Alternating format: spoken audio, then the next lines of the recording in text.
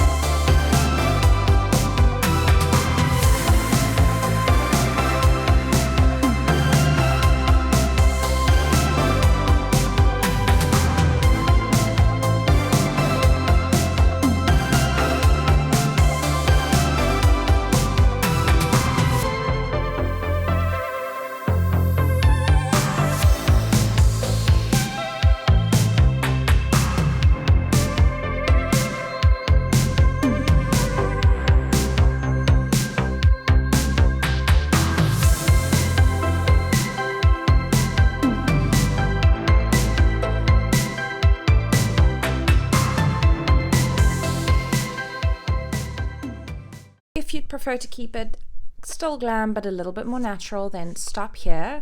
I'm going to be adding 2 more ingredients to this look that's going to take it from kind of, you know, glam to super glam, or maybe more to kind of the bridal side of things.